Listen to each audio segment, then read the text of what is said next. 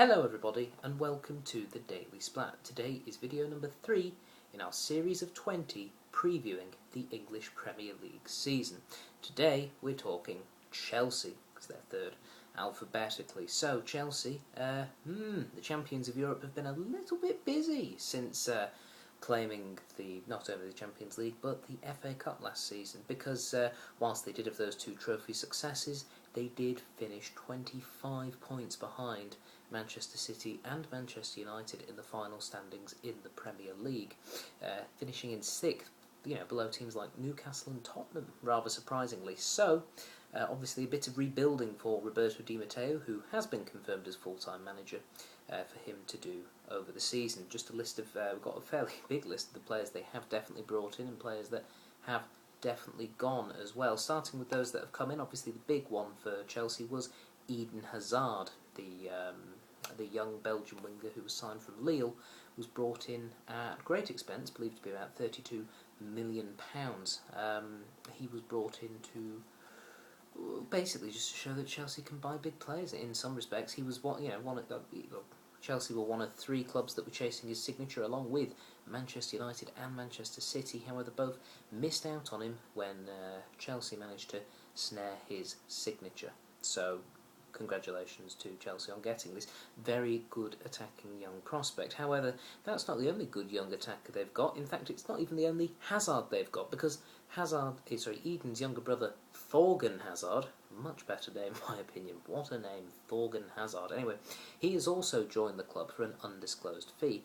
They had announced a fair while ago, before the season even finished, that Marco Marin was joining the club as well, again another attacking wing player, and in the last few days they announced the signing of Brazilian attacking midfielder Oscar, currently playing for the Brazilian Olympic team at the Olympics in the UK at the moment. So, yes, as you can see, they've been busy signing those attacking players, just trying to add a bit more style rather than substance to their team. Of course, Chelsea pretty much, some say, defended their way to winning that European Cup. However, they did have some good attacking players who they now have to replace, namely Didier Drogba. He's not the only player to have left, though.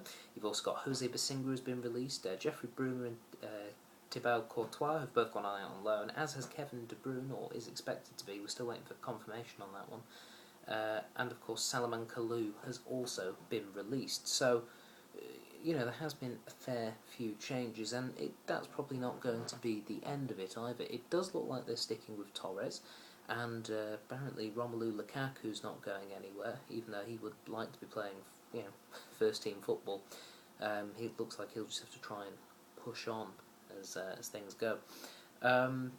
Chelsea, of course, have been linked with a whole heap of other players. Hulk from Porto is expected to be arriving, or at least it has been expected he would arrive at some point in this transfer window. They're also looking at possibly bringing in a fullback, maybe Maicon is the main one that's been linked. So, there are still potentially plenty of signings to come from Chelsea.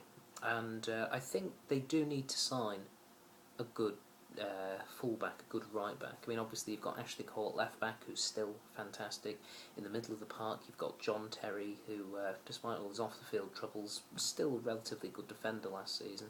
And they brought in Gary Cahill in the January transfer window, and I do think he's probably the future of their central defence. He's a very good young defender.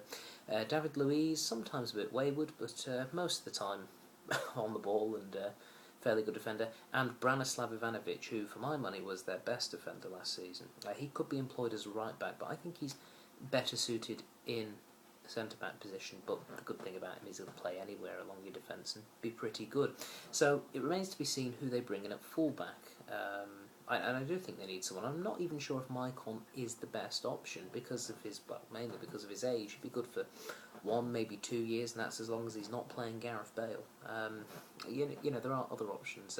Gregory Van der Wiel from Ajax springs to mind as someone I think would suit Chelsea in that system.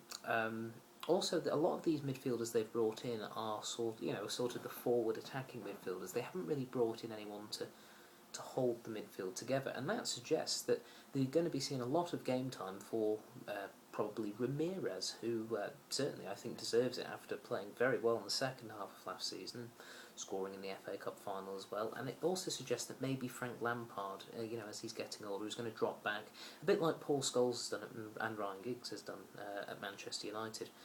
Maybe he'll drop back and almost become like a quarterback, sitting deeper in the defence, maybe deeper in the midfield, maybe just in front of the defence, and then pinging out balls to the left and right, or maybe just a nice big long forward diagonal pass, something like that. Because Lampard is one of the players that can do that, even at his advancing years.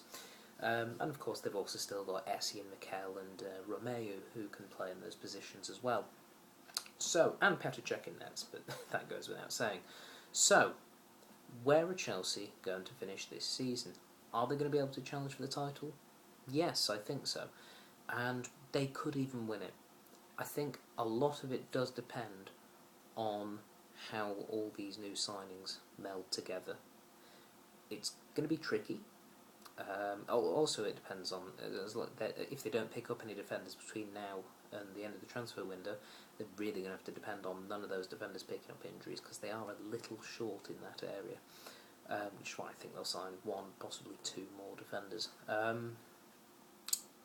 They could challenge for the title. They have got very, very good players. However, it's a 25-point deficit that they've got to make up. I mean, admittedly, you don't get that going into the new season, but what I mean is there was a consistency lacking in Chelsea for much of last season. Even when Di Matteo took over from Andre Villas-Boas, with the Champions League sort of becoming an obsession for them, they sort of forgot to play well in the league and got a couple of hammerings and just generally didn't play that well in a lot of these games.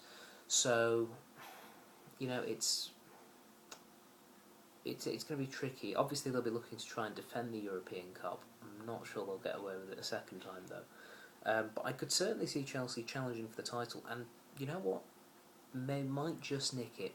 I'm going to hold back on saying I don't think they're the favourites, but second place, certainly not beyond them. First place, not beyond them. But I think second or third is the most likely outcome for this Chelsea team, because whilst they are obviously not used to playing together and they're under a new manager who's only been there for a couple of months, admittedly winning 2 trophies while he was there, even despite all this, they have got some fantastic players. And I think, Chelsea, watch out, because they are going to be very dangerous indeed. Alright, that's all our Chelsea chatter for today. Tomorrow, it's going to be toffee time when we move on to Everton and we look at how David Moyes' team are going to go.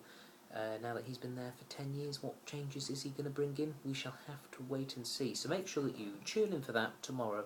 And until then, bye-bye.